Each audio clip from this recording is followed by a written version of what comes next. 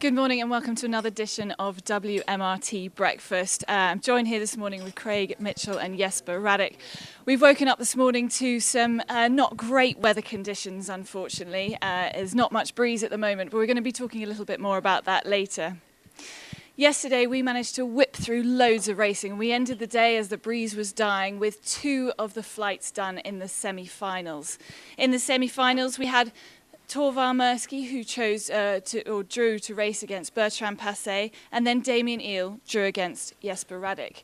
All those 4 skippers ended the day with 1 win each. So as the standings are now, each skipper has 1 win. So the race committee have a massive job to do today to try and find some wins from somewhere, get through the rest of the semi-finals, get 2 finalists and get those finalists done, because I believe we have a Mistral on the way. Is that right, Tour Director Craig Mitchell? Morning, Hannah.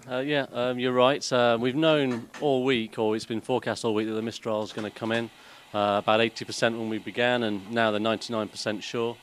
So, and we're getting classic conditions now. The wind's gone.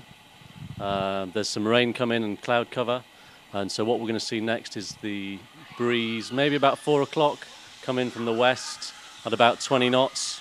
We'll see some clear skies with light high cloud, and then the Mistral will start blowing, and by tomorrow it'll be 30 knots. So definitely no sailing tomorrow as it stands at the moment. Obviously we've got quite a lot of racing to get through today. What does that mean for the skippers? We're going to talk to Jesper in a minute about it from his point of view. But, you know, hypothetically speaking, if we don't get any racing in today, what does that mean? Well, if we don't get any racing in today, then we've got to look at the scores as they are, and they're all tied on 1 point. So we need to break those ties in each of those separate semi-finals. And so we look back at qualifying. Torvar Murski won qualifying, so he would emerge as a leader, and then also Damien Eel would also emerge as a leader, and then between those two, Torvar Murski then would take the crown. Great. Well, Jesper, what does that mean? What does that mean for you? Obviously, you've had a spectacular event so far, but if this happened, no more racing came in, it would leave you in 4th place.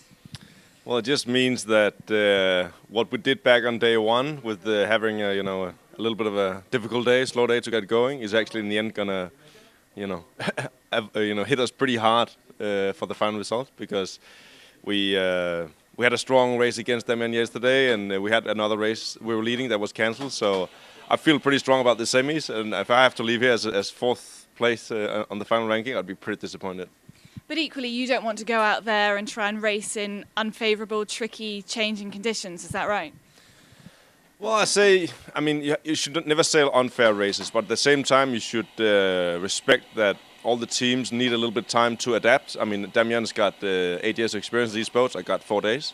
So I think it's reasonable. You give everyone a chance to have a few days where they just get into it, and then you do your important racing at the end of the event. And hopefully we'll be able to get some conditions that are reasonable enough, and I think we should really push it to get going, because I think now is when it really counts. It's not what happened a week ago, it's what happens today that's important for the finals. Okay, well, there's only one way to find out, and hopefully if we do get some breeze, if that breeze does come in, we will be going live at 1 o'clock Central European time to bring you all the very latest action. Will Jesper get his races in, and will he be able to get through to the finals? You'll find out if you watch us at 1 o'clock. Thanks very much.